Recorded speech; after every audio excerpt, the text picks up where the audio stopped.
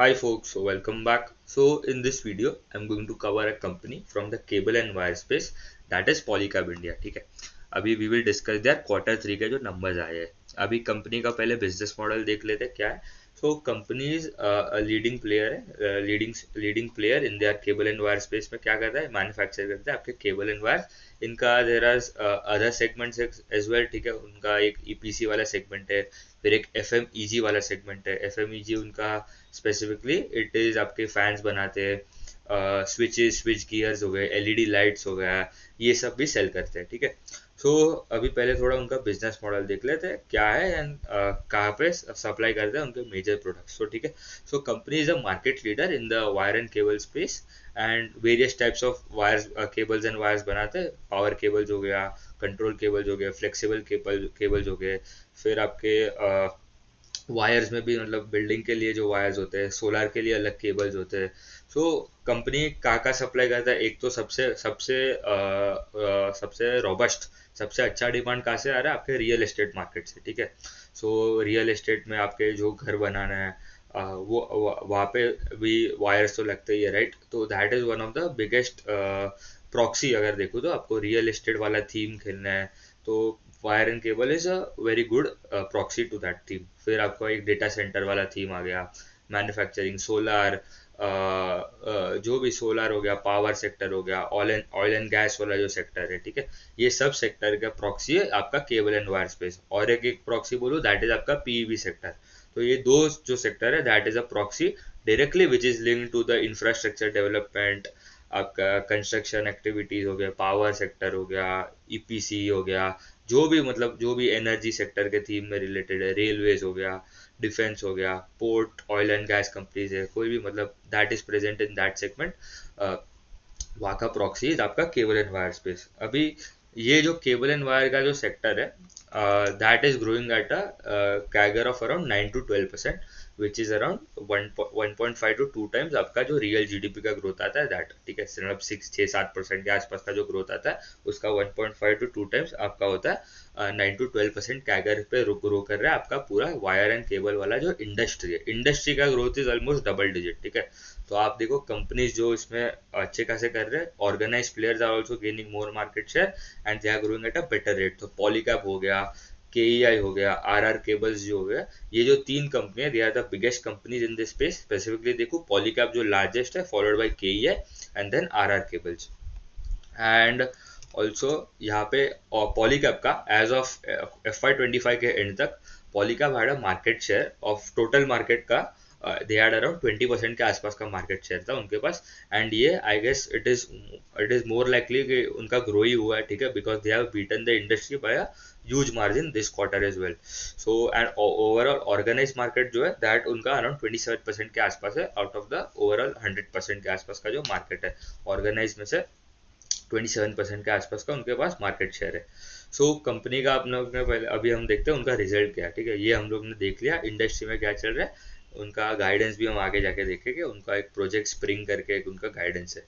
सो पॉलीकैब का भी अगर हम नंबर्स देखें, सो सबसे पहले आपको देखना है टॉप लाइन का ग्रोथ. ठीक है, टॉप लाइन उनका ग्रोथ हुआ 46% on a Y basis which is huge. ठीक है, इनका सबसे बड़ा साइज है. They are clocking a revenue of around, मतलब अगर आप देखो 20,000-22,000 करोड़ के आसपास का उन्होंने लास्ट ईयर क्लॉक कर डाला था. एंड ये क्वार्टर तक ही they have almost done 20,000 crore in 9 month of FY 2025. ठीक है, सो कंपनी का अराउंड 22,000 करोड़ के आपके बेस पे भी दे आर ग्रोइंग एट 40-45% के आसपास का ग्रोथ आ रहा है. And this quarter specifically they grow 46%. EBITDA में ग्रोथ आया 34% एंड पैट में there was a growth of 36%. 9 month of FY 2026 भी देखो. ठीक है, मतलब Q1 plus Q2 plus Q3 cumulative versus last year का 9 मंथ ऑफ FY 2025, उसमें ग्रोथ आया 30% इन टॉप लाइन. इबिटा में ग्रोथ है अराउंड 47% एंड पैट में भी ग्रोथ है अराउंड 47%. तो मतलब कंपनी को ह्यूज ऑपरेटिंग लेवरेज मिल रहा है. ये क्वार्टर नहीं मिला, लास्ट 2 क्वार्टर में अच्छा खासा मिला था. 9 मंथ में भी there is a good amount of operating leverage that is playing out. यहाँ पे उनका जो 46% के आसपास का जो ग्रोथ था उसमें वायर एंड केबल का सबसे ज़्यादा कंट्रीब्यूशन है. ठीक है, एंड यहाँ पे एक एक उनका एक प्रॉब्लम जो था दिस क्वार्टर, एक प्रॉब्लम तो नहीं बट इट वाज उन्होंने एक स्ट्रेटेजिक मूव जैसा बोल सकते हैं कि उन्होंने मार्केट शेयर गेन्स को सिग्निफाई किया compare to temporary margin improvement. ठीक है, तो यहाँ पे आप अगर आप देखो पैट में आपका इबिटा में ग्रोथ आया खाली 34% एंड पैट में भी खाली 36% का ग्रोथ है, तो मतलब मार्जिन में कंप्रेशन है बिकॉज आपका टॉप लाइन में ग्रोथ है 46%।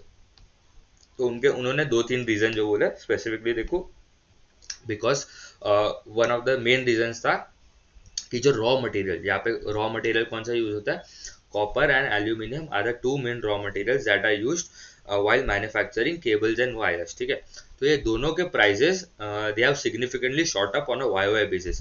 तो कॉपर के प्राइजेस अराउंड 35% के आसपास ऊपर है on a Y basis, and आपका जो एल्यूमिनियम है their prices are up around 27%।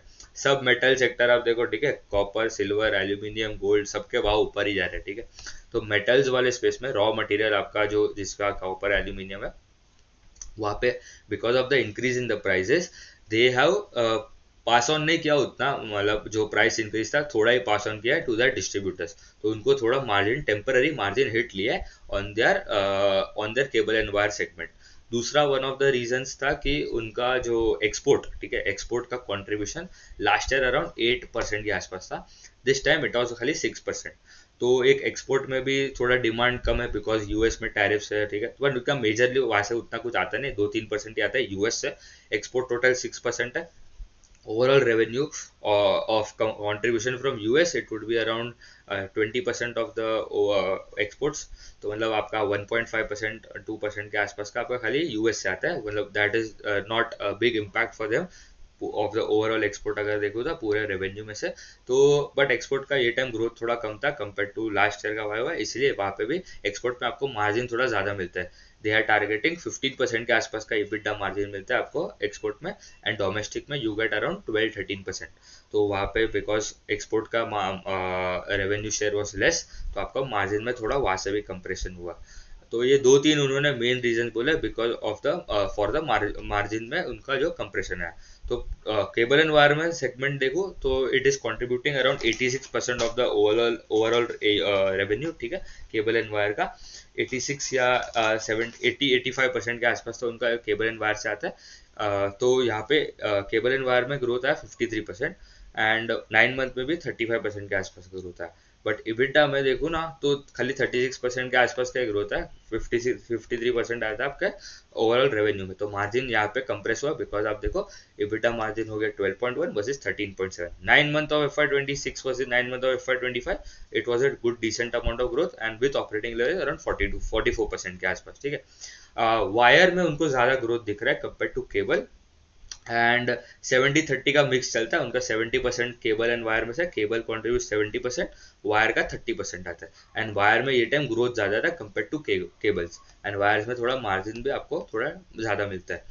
सो ये हो गया उनका cable and wire segment. EPC वाले एफएमईजी वाला जो सेगमेंट है वहाँ पे देर वाज 17% के आसपास का ग्रोथ, एंड वहाँ पे मार्जिन में इंप्रूवमेंट है on a sequential basis as well and Y basis as well. तो ये भी वो बोल रहे हैं वो प्रॉफिटेबल हो रहा है, and they are targeting around 8-10% of EBITDA margin by FY30 2030 तक। वो बोल रहे हैं एफएमईजी वाला जो सेगमेंट है that can contribute to around 8-10% margin, तो अभी अराउंड 2% के आसपास है। ठीक है, 2-3% दैट कैन इम्प्रूव। ये एफएमईजी में आपका फैंस हो गया, switch gear, switches and LED lights, mainly तो ये 3-4 सेगमेंट ही है जहाँ से मेजर रेवेन्यू आता है in the FMEG segment. EPC वाले में थोड़ा लंपी बिजनेस होता है। ठीक है, ईपीसी में उनका खाली 4-5% के आसपास का ग्रोथ था, एंड यहाँ पे उन्होंने बोला सस्टेनेबल मार्जिन जो है that would B high single digit, मतलब 8-9% के आसपास का आपका मार्जिन रहेगा आपके जो इंजीनियरिंग, प्रोक्योरमेंट एंड कंस्ट्रक्शन वाले जो सेगमेंट है। ठीक है, जैसे ट्रांसमिशन डिस्ट्रीब्यूशन में जो ईपीसी कंपनीज है लाइक ट्रांसरेल हो गया, स्किपर हो गया, वैसा ही पॉलीकैब भी काम करता है। सो उनका margin to be around high single digit for medium term in the EPC segment.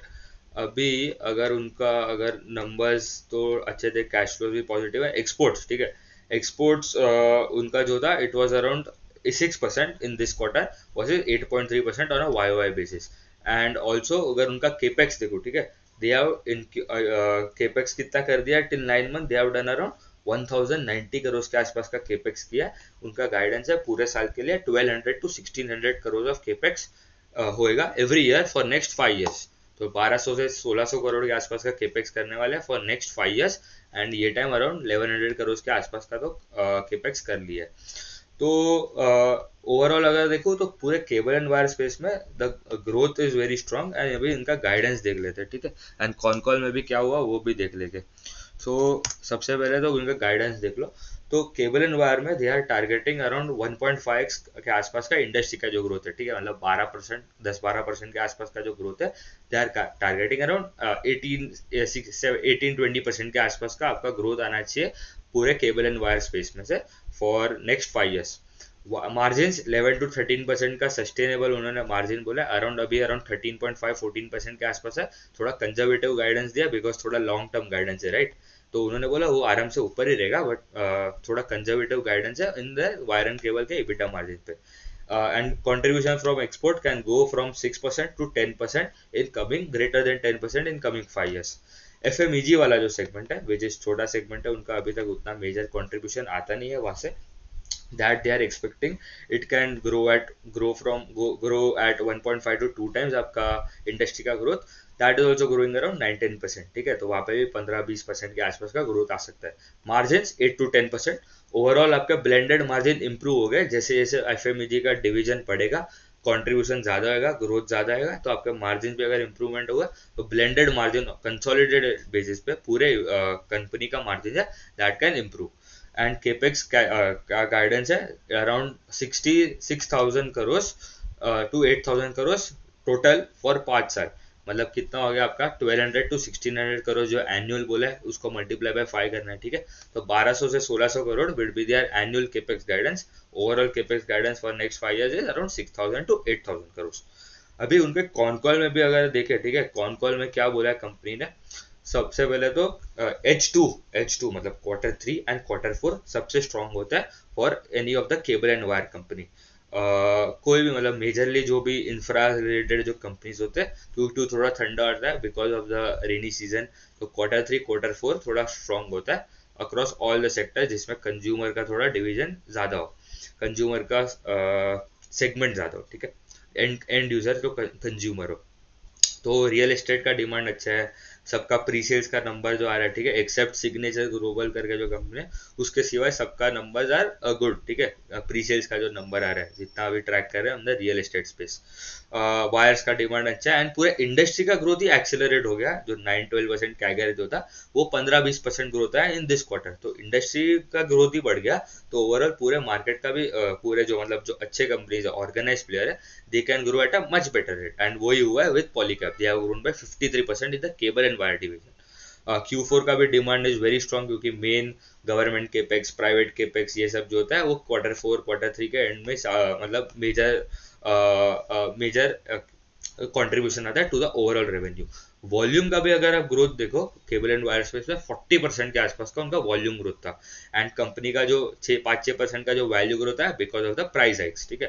So company ने बोल रहा है हमारा जो मार्जिन हमारे जो कम थे दिस टाइम जो लग रहे थे because of the increase in prices, तो हम लोग ने वो स्टैगर्ड वे में डीलर्स एंड डिस्ट्रीब्यूटर्स को भी पास ऑन कर रहे हैं एंड एक्सपेक्टेड है कि Q4 के जो मार्जिन है that would be better compare to Q3 के मार्जिन। तो सिक्वेंशियली भी margin will improve going ahead in Q4 of FY26 and market share gains बढ़ रहे हैं बिकॉज उन्होंने ये टाइम मार्जिन सेक्रीफाइस किया to cater to the demand and dealers and distributors के साथ अच्छा रिलेशनशिप और स्ट्रॉन्ग किया है, ठीक है। तो उनको लॉन्ग टर्म के रिलेशनशिप मेंटेन करने के लिए अभी शॉर्ट टर्म थोड़ा पेन लिया in the margin, but numbers are very very strong. And raw material का एज टोल कॉपर के प्राइसेस 35% के ऊपर है, aluminium shot up around 27% and copper के prices in Q3 versus last year का Q3 versus Q2 sequentially अगर देखो it was up 22% and 11% तो दिसंबर में ही बढ़ गया। तो आप देखो इतना हाइक इतना हो रहा है तो सीधा डायरेक्टली आप डीलर को पास नहीं कर सकते इतना बड़ा प्राइस हाइक, ठीक है। आपको स्टैगर्ड वे में ग्रेजुअली वो पास ऑन करना पड़ेगा। तो उन्होंने 1 Jan 2 Jan के आसपास ही प्राइस बढ़ा दिए थे in they have included the raw material, जो उनका मतलब मार्जिन में जो प्रॉब्लम हुआ था उसका थोड़ा प्राइस जो है वो पास ऑन कर दिया to the dealers and distributors and deferred किया था प्राइस हाइक एंड वो अभी बट एक्सक्लूड एंड ऑल्सो उनका जो ये टाइम जो वन टाइम उनका जो लेबर कोड का जो कॉस्ट था वो भी थोड़ा इम्पैक्ट किया था। तो ये वन ऑफ जैसा ही बोल सकते हैं, सब साथ में आ गया उनको। तो अगर वो निकल जाए तो 13% के आसपास के ऊपर उनका मार्जिन होता for FY20 Q3 of FY26। But net net numbers were very good and उनका करेंटली कैपेसिटी यूटिलाइजेशन भी देखो दैट वाज अराउंड 82% के आसपास। एंड ये ग्रेजुअली मतलब और थोड़ा बढ़ेगा एंड इट कैन इंक्रीज। उनका केपेक्स भी आ रहा है, ठीक है, एनुअल केपेक्स 1200-1600 करोड़ के आसपास करने वाला है।